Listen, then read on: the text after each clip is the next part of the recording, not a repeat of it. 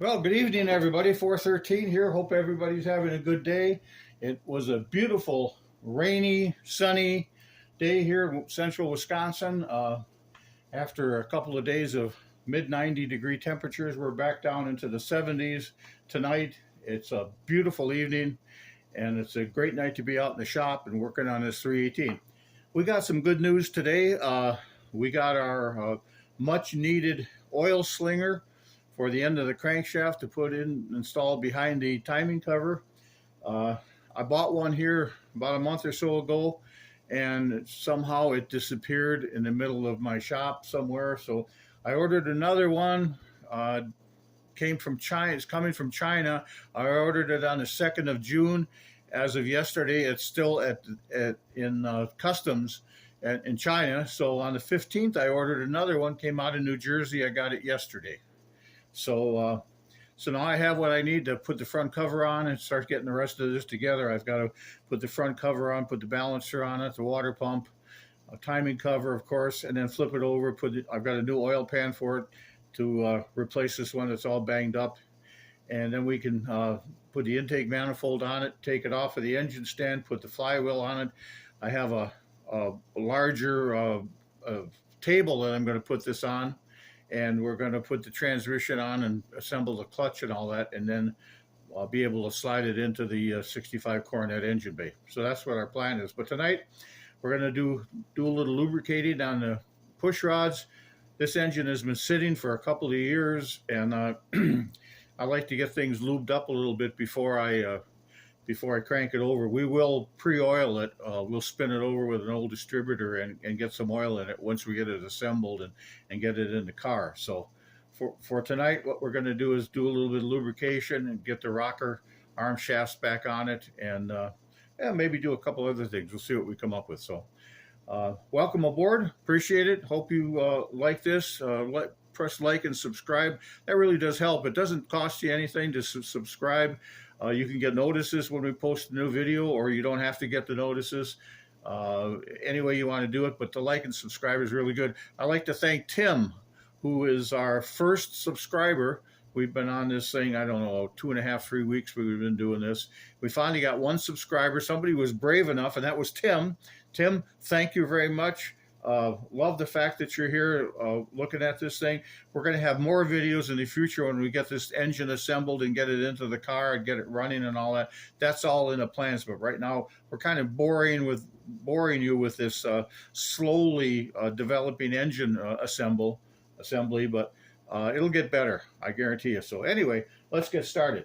First thing I want to do is I want to do a little bit of lubrication, especially on the push rods. So I've got my Ultra Slick Assembly Lube here, and what we're going to simply do is we're going to just put a little bit of oil on top of the cup on the lifters. Give that a shot of oil, and then put a little bit of oil around the lifters.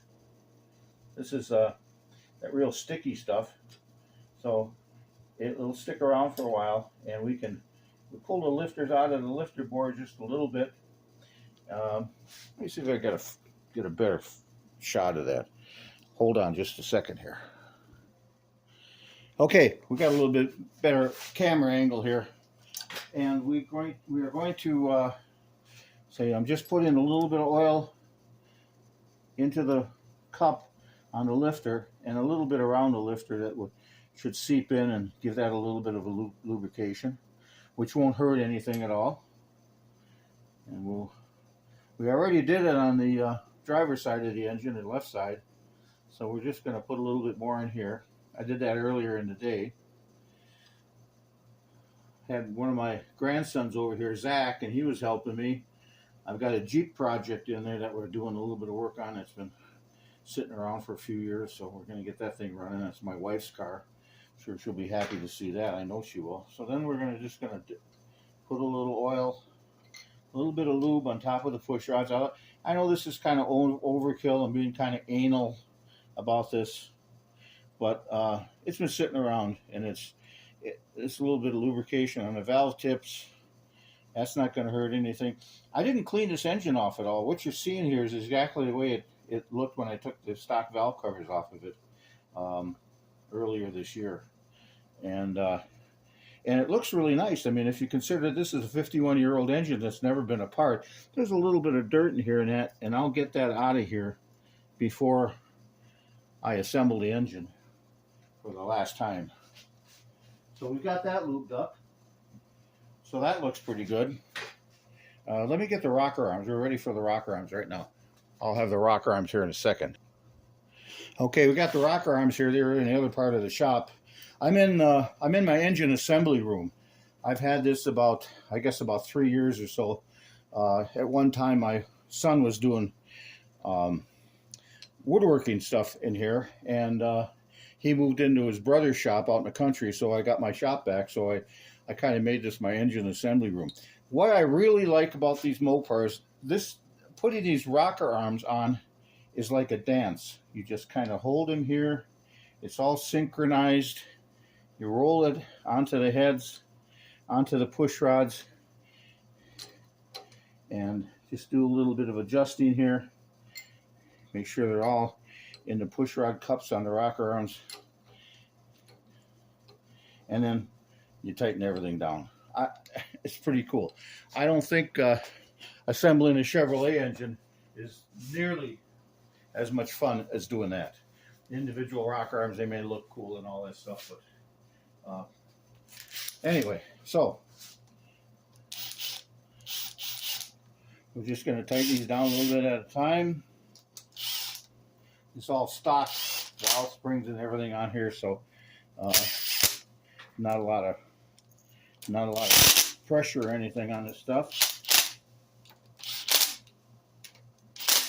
Okay, and then get out the torque wrench, and I believe this is 18 foot-pounds, so that's where we're going to torque them down to.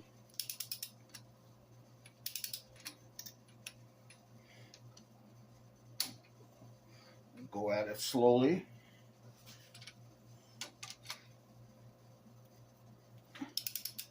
Alternating where we do it.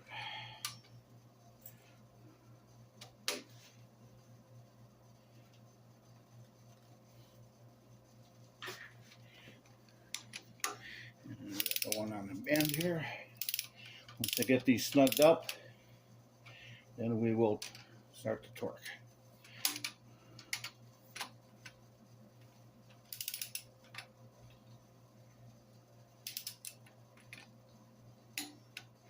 There we go.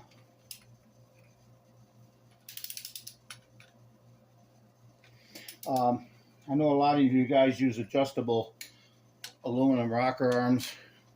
I'll tell you what, for most street applications, these stock stamped rocker arms are fine. I know the ratio isn't exactly 1.5. I understand that. But if you went and measured your low-cost import rocker arms, I know for a fact that they aren't the same either. You will get some are 1.4, some are 1.6, some like 1.3. The manufacturing tolerances on those low-dollar rocker arms are not very good. If you start getting into Harlan Sharp, or you're into Jesel or T&D, there you've got some accurate measurements. Accurate manufacturing, I should say, on the parts. But you go buy the cheapest, you're going to get the cheapest set of tolerances too. So I'm not a big fan of that stuff. I've been there. I've been there where I wanted to get a deal on something. I bought a small block Mopar flywheel years ago, and it was drilled for a 6-bolt crankshaft.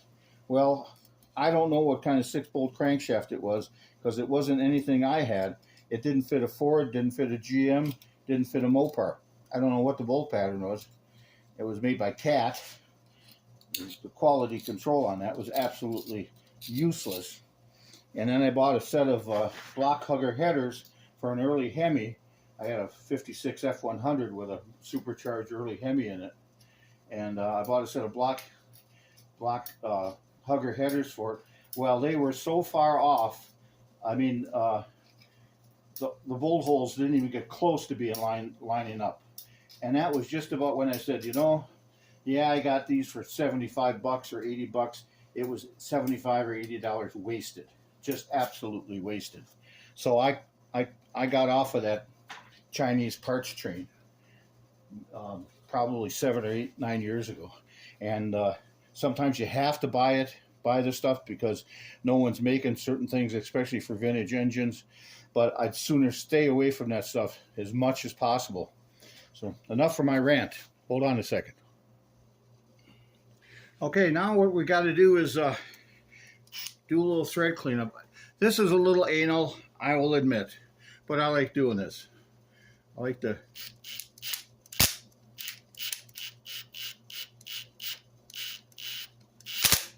run a thread cleaner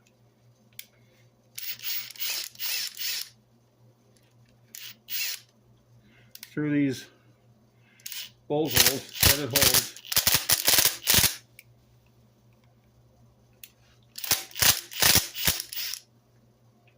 Just to clean them up.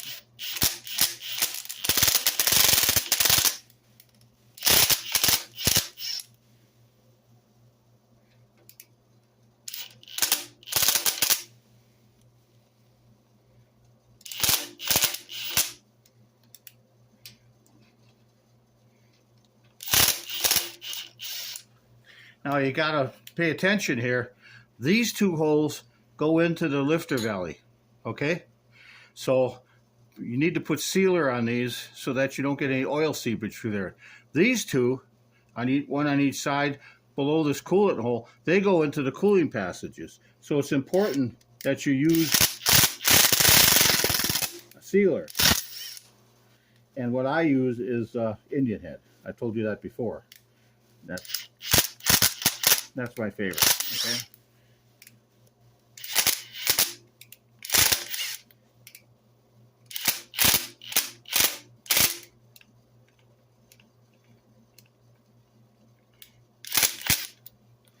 Okay, so we got that done. So now it's time to see if we can get the front cover on it.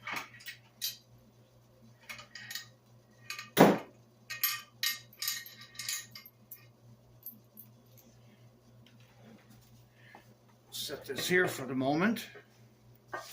Yeah, this is all pretty much generic stuff, but it's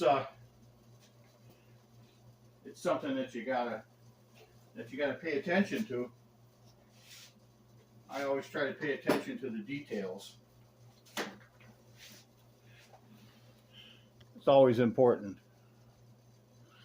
Okay, now one of the important things that I think is to put this oil slinger on here. This helps take some of the leakage, potential leakage issues away from that front seal. And here you've got the slinger itself, which is an oil deflector. You have oil coming through these holes in the front of the valley, which will oil this. Some engines have a bolt with a hole drilled in it that squirts oil onto the chain. This one does not have that. It's got the oil drip tab here. So when oil comes out of here, it runs down the back of this chain on the front of the block, and it drips oil onto the chain and helps lubricate it. This is simply kind of a stopgap, second line of defense, you might say. So I'm just going to put a bolt or two in there just to hold it, and then I'll take care of all the fine tuning of the installation here. I've got this nice and clean. Got the gasket glued on with Indian Head sealer. So this goes right on here. Okay. And we're going to put a bolt here. Now some of these may have to be moved again because bolts may have to be moved because of the brackets that are going to go on for the power steering, which I wish I didn't have on this car, and also the alternator. This is a non-AC car, so we don't have to worry about that. So that one's on. I always like to use a little bit of anti-seize on these bolts. You see, these bolts may come out again. That's fine with me. Just put a dab of anti-seize on them to try to make it easy for the next guy, if there is a next guy, if this engine lasts long enough. I think it will last long enough to be perhaps repaired again. So got that one in there. Let's put this one in here.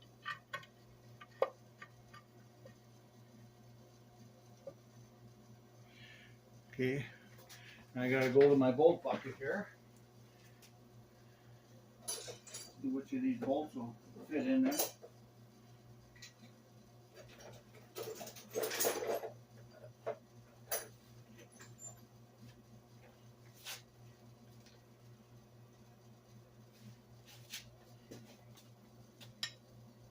Well, I don't have any bolts long enough from any Mopar. I'm gonna have to go to my bolt bin. Hold on. Okay, I got this engine and the front cover was only held on by a bolt or two, so I didn't get the original fasteners with it. So let's see if this is going to be long enough. That looks like it should work fine. Again, I always like to use a flat washer behind the bolt head. Factory didn't always do it, but I always do it. I think it's a welcome addition to the assembly. So we're gonna put this on just temporarily because the water pump's got to go on, and the water pump's not quite ready yet. Yeah, let's see here.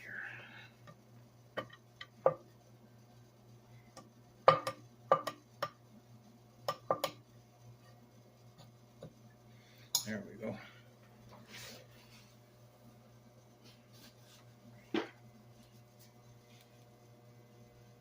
Okay.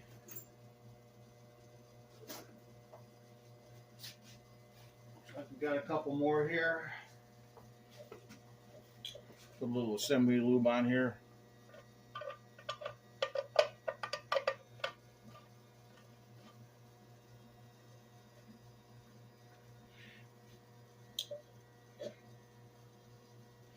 Got some on there. So that all looks pretty good.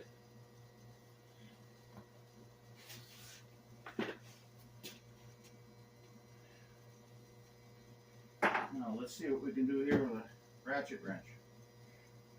I got a mix of bolts here from big block Mopars and small block Mopars, so gotta kind of pick and choose what's going to work, what isn't going to work here.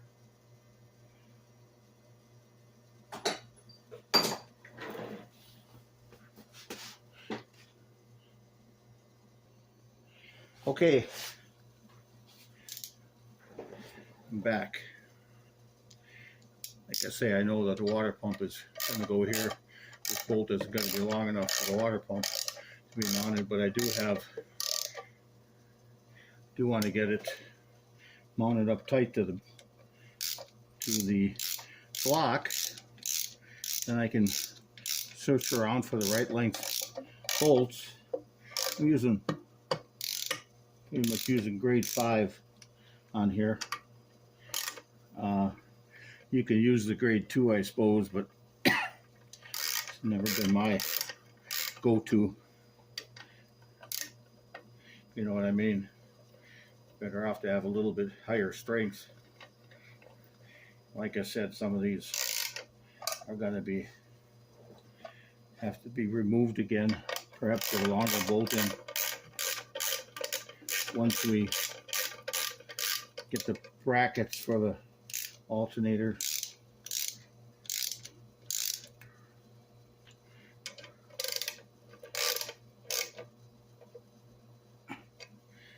Okay.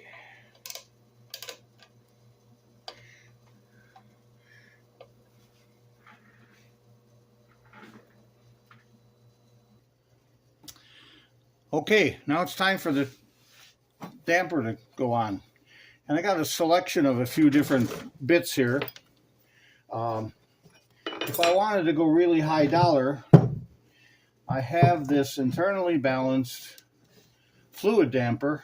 It came off my last race motor. It was a 388 cubic inch 360 based motor. And this is a nice piece. I think this is about $500 new. I don't think that's going on a $100 motor. Then I've got this, came off of a 318, and it's a little cruddy looking. But what I'm concerned about, not about this, that can all be cleaned up, but the rubber inside, the elastic rubber that mates the two. It's a little greasy and stuff, but that's a little on the cruddy side right there. So let's look at this one. I've got two more to look at. But this one looks pretty good. The rubber is pretty decent on it. Yeah, it's uglier than all get out, but I could clean all that up. And it's already got tiny marks marked on it. So that's a positive. Let's see what I got here. There's another one. This one's got some kind of an oil deflector on it. I haven't seen that. But you look at this one, and this rubber is just deteriorated in here. So this is a non-starter. This isn't going to go on there. I think that candidate number 3 out of the 4 is the one that we're going to use. I'll get this cleaned up a little bit. Get some sandpaper action going on this. And this is the one that's going to go on the front of that crankshaft. All right. So, got the balancer cleaned up a little bit. Doesn't look too bad. Backside isn't real pretty, but we don't care. There's a little bit of a worn spot here on this mating surface for the seal, but I think it's going to be okay. A new seal is going to make a big difference rather than putting this together on an old seal. So I think we're good there. I've seen worse. Now, put a little bit of our assembly lube on the inside surface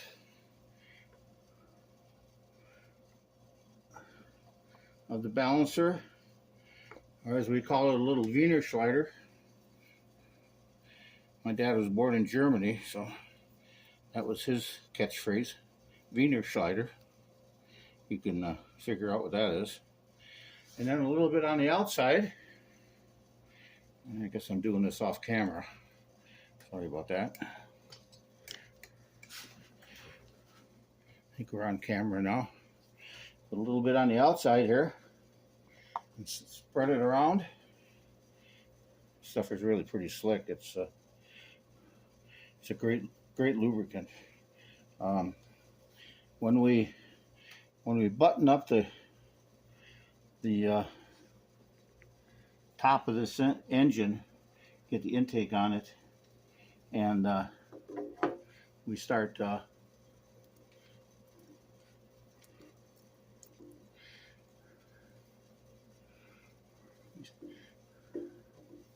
here we go. And we start getting serious with this. We'll blow a couple of minds, get a little bit of controversy going. We're going to do that right now too, to be honest with you. We're going to start a little controversy here. I know everybody says you got to have a hub installer and all of this stuff, and I've got stuff like that, but you know, this has worked good for me for 60 years.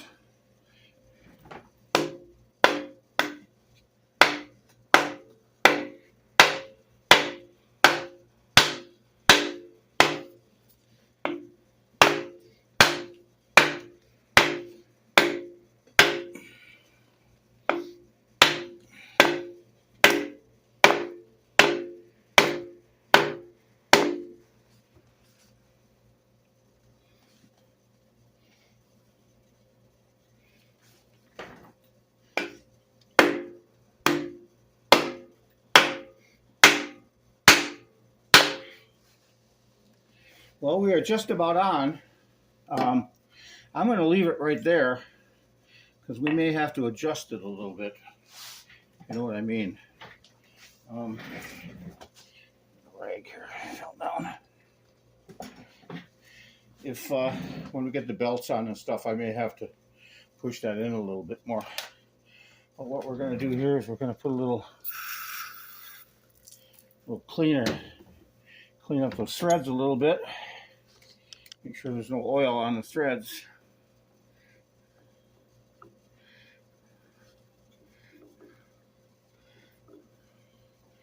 And then we have the crank bolt here somewhere.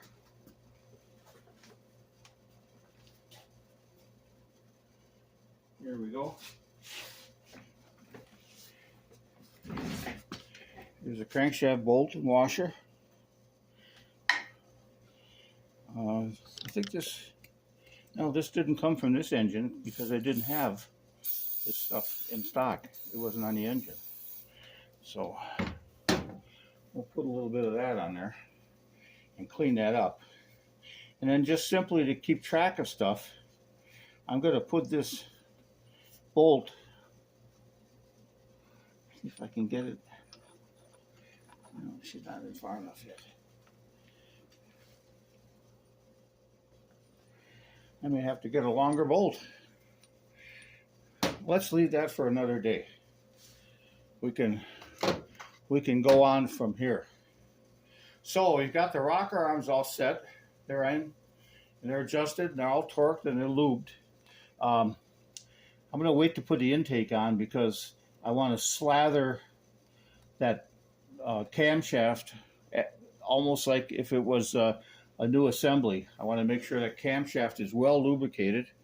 So I'm going to wait to do that another time. So for now, I think we're about done for tonight. Again, thank you everybody for hanging around and putting up with my foolishness. Like I say, this is a $100 318 build, and we're doing it on a very tight budget. So next time you see it, we'll have a few more bits and pieces on it, and we'll go from there. I found a set of motor mount brackets, frame brackets, which are going to be going on here. And I've got a new set of motor mounts that'll be going on in here. We'll have the exhaust manifolds on here shortly. And then we're going to put this thing on my rolling table. I've got a heavy-duty steel table and a cradle, wooden cradle for this. We're going to set this motor on a wooden cradle just about at eye level, and we're going to have to fabricate a bracket for the hydraulic clutch that's going on here, because this is going to have a 833 4-speed overdrive behind it. So that's in the future, but stick around. Thank you very much. Again, we'd like you to like and subscribe. That does help us out. It really does. I know I've heard this for years and years and years on YouTube, and it really does help. It gets your videos seen by more people when you do that, and it helps with all the computer gibberish that they go by. I forget what they call it now, but it shows up more often in people's feeds, so that always helps us. So thank you very much. Appreciate it. 413 Mopar. We'll see you next time.